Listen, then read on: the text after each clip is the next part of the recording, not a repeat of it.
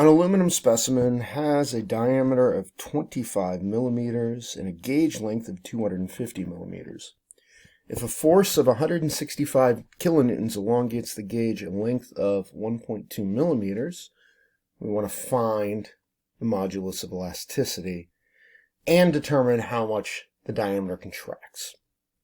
We'll assume a modulus of rigidity of 26 gigapascal and a yield strength of 440 megapascal. Now this is an interesting problem. This is very similar to something that you end up doing in the lab with the dog bone. So let's dive right into this. So the first thing that I want to do is I want to calculate out how much stress is in this sample, because everything that we're going to do revolves around the stress. And so if I take a look at it, how do I figure out the stress? Well, stress is going to be the force over the area at which it's applied. And so if I look at that, I have 165 kilonewtons of force, and our area of a 25 millimeter diameter specimen, pi over 4 times the diameter squared. And I want to convert that into meters because I need all my units to work out. So 1 over 1,000 millimeters, I'm going to square that. And so I go and I calculate all that out. I put it in my calculator, and my stress is 336.1 megapascal.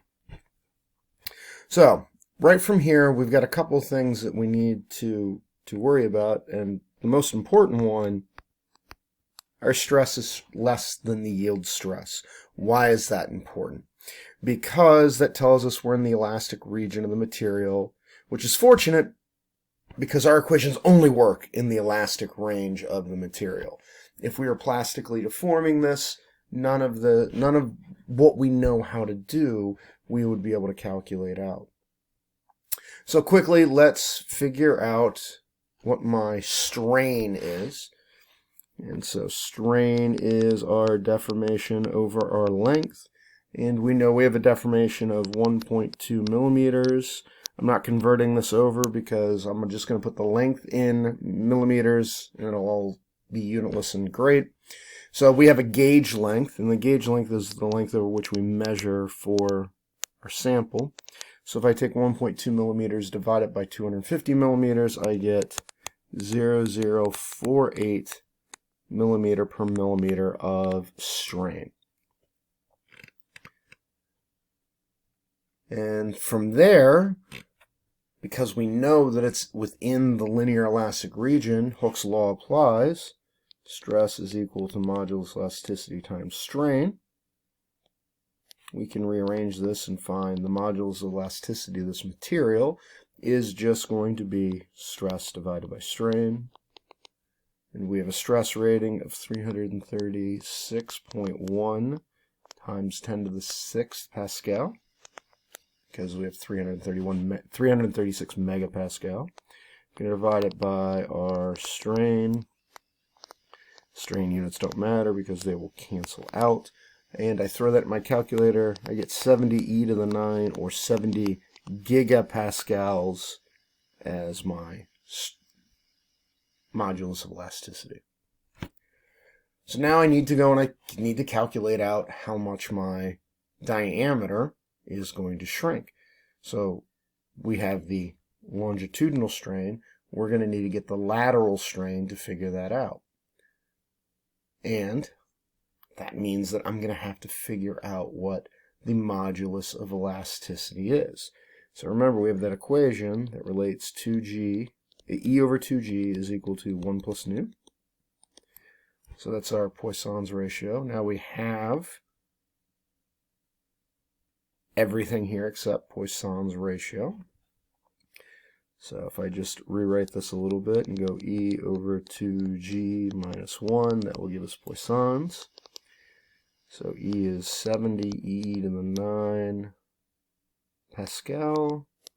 Divide that by twice the modulus of rigidity, which is 26 e to the 9 Pascal.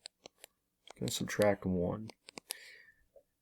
So when I plug this all into the calculator and calculate things out, I get a Poisson's ratio of 3.347, which I figure that's pretty good because that's within that less than 0.5. That seems pretty reasonable, so I've probably done things correctly.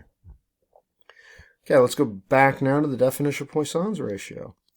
Negative strain in the lateral direction divided by strain in the longitudinal direction. So now I have my Poissons, I have my longitudinal strain, so I can rewrite this and say, well, my lateral strain is just going to be negative nu longitudinal strain.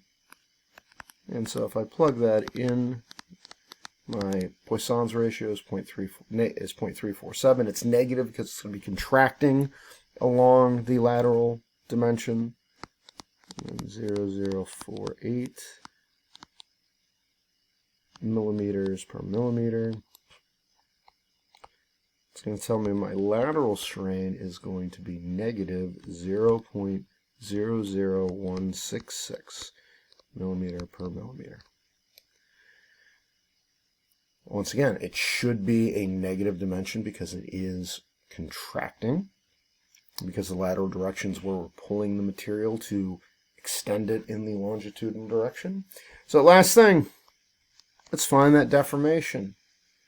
So what's the deformation going to be? Well, it's going to be the lateral strain times the length.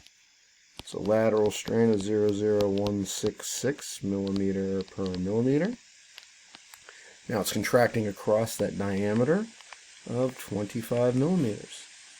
So that's going to give us our deflection. When we multiply that together, we are going to get a negative 0.0416 millimeter. So to elongate it 1.2 millimeters in the longitudinal direction, it's going to have to shrink 0.0416 millimeters in the lateral direction.